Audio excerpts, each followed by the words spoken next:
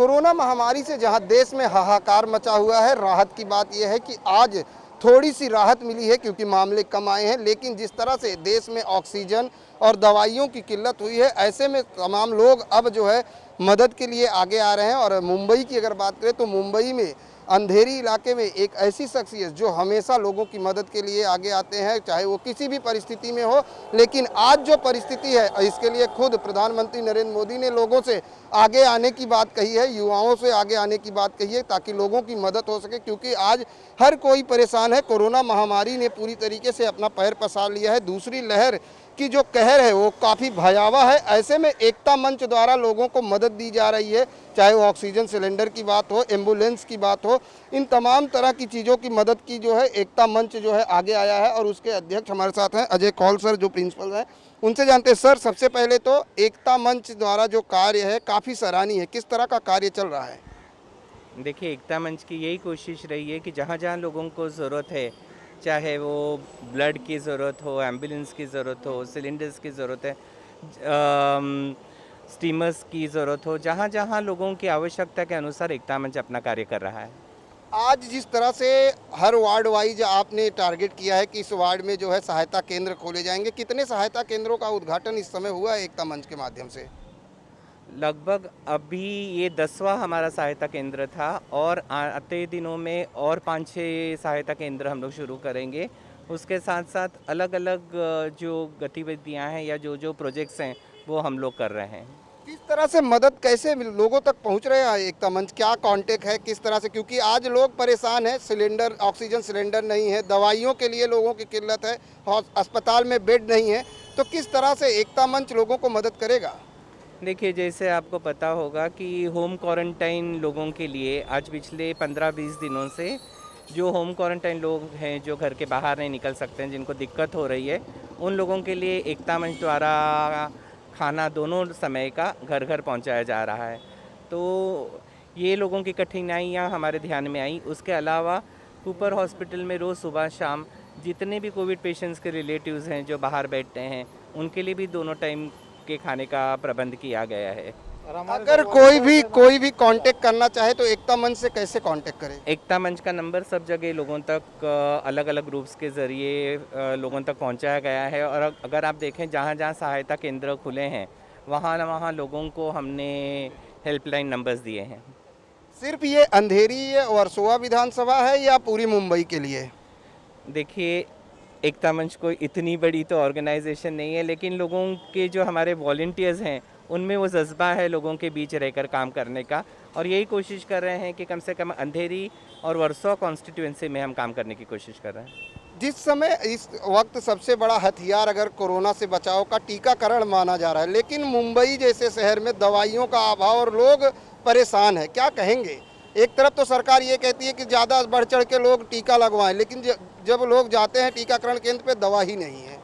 देखिए, सरकार के सामने भी कुछ दिक्कतें आई हैं या आती होंगी, और वो मुझे लगता है कि सरकार कोशिश कर रही है अपने तरीके से किस तरह से लोगों की को सुविधा पहुंचाई जाए।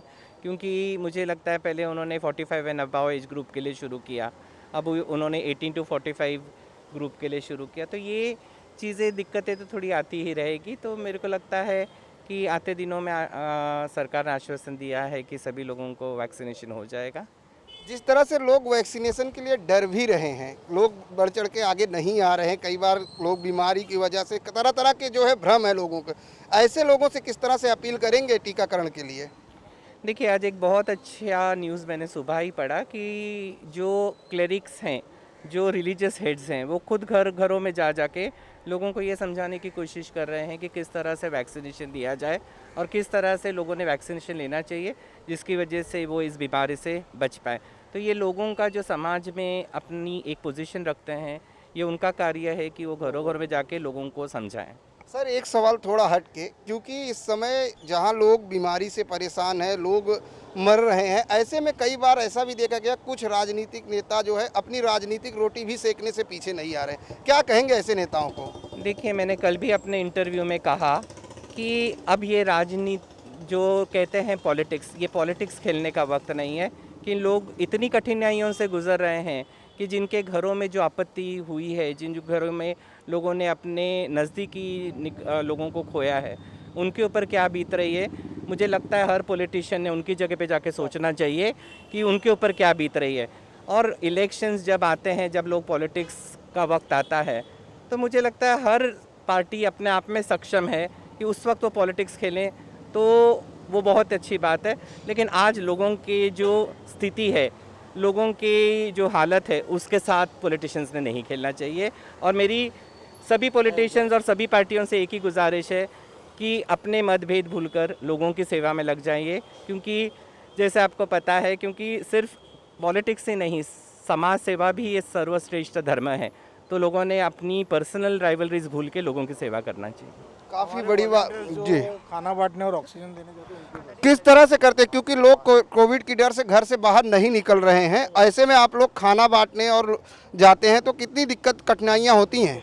जी, हम लोग खाना बांटने जाते उस वक्त हम लोग पूरा प्रिकॉशन लेके चलते, लेकिन हम लोग ये नहीं सोचते कि मतलब आगे क्या है। लेकिन हम लोग जो है ग्लव्स मास्क सब पहन कर ही फुल प्रिकॉशन लेके सोशल डिस्टेंसिंग मेंटेन करके हम लोग हॉस्पिटल के बाहर जो रिलेटिव्स है, जो एक्चुअली में परेशान है, जो लोग सुबह से रात तक बैठे हुए, उन लोगों को खाने पीने की तकलीफ़ होती है, लेकिन एकता मंच की तरफ से उन लोगों को खाना पहुंचता है दिन में 2 बार। और अजय सर पूरा इस चीज़ का ख्याल रखते हैं कि कोई भी पेशेंट का जो रिलेटिव है उसको किसी तरह की तकलीफ नहीं होनी चाहिए। और उसके अलावा हम लोग ऑक्सीजन जो सिलेंडर है ये भी हम लोग पहुंचाते हैं। हम लोग एम्बुलेंस बेड 24/7 कोई भी चीज़ की ज़रूरत रहेगी तो एकता मंच जहां तक हो सके नो वर्ड यूज़ नहीं करता है, वो अल्हम्दुलिल्लाह हर एक सर्विस प्रोवाइड करता है। नो वर्ड यूज नहीं करता है, जो भी सर्विस है वो आपको प्रोवाइड। मैडम क्या कहेंगी, इस समय लोगों को घर से बाहर निकलने में डर लग रहा है और आप लोग मदद के लिए आगे आए हैं? मदद के लिए इसलिए आए हैं क्योंकि अजय सर एक बार जो कहते हैं, एकता मंच का मोटिव भी ये है कि कोई भी सिचुएशन हो, कोई भी समय हो, हमें लोगों की मदद रास्तों पे आके करनी है। एसी रूम में बैठ के सिर्फ बातें नहीं करते हैं सर जहाँ जाते हैं हम वहाँ जाते हैं। और हमारा एक ही ये प्रण है कि हम जितनी भी समाज सेवा जिस प्रकार की भी इस कोविड में कर सकते हैं वो करेंगे और सर के साथ कंधे से कंधा मिला के चलेंगे। कितनी महिलाओं की टीम है एकता मंच में? अनगिनत। सर एक आवाज़ करेंगे तो 1 मिनट में 1000 महिलाएं आ जाएंगी। ये अभी तो कोविड का सिचुएशन है, इसके लिए अभी कोई आता नहीं, लेकिन हमारी टीम बहुत बड़ी है। एक अच्छा प्रयास है और सराहनीय कार्य है, क्योंकि कोविड जैसे बीमारी के समय में लोगों की मदद के लिए आगे आना। और बहुत बड़ी बात यह है कि ये तमाम अजय कौल सर के साथ एक आवाज़ पर लोग अपने घरों से बाहर निकल कर आ रहे हैं, क्योंकि आज जिस तरह से लोग डर रहे हैं कि घर से बाहर न निकले, कोविड जैसी घातक बीमारी जो है अपना पैर पसारे हुए है। लेकिन जो समाज सेवा की प्रेरणा है, जैसे कि अजय कौल सर ने कहा कि राजनीति भूलकर एक बार सबसे बड़ा धर्म है मानव सेवा, और मानव सेवा के लिए हर किसी को एक साथ आना चाहिए ताकि कोरोना जैसी घातक बीमारी को हम मात दे सकें और उसकी जो दूसरी लहर है उसके कहर से बच सकें। कैमरामैन देवानंद सिंह के साथ प्रदीप शर्मा, इन 24 न्यूज़, मुंबई।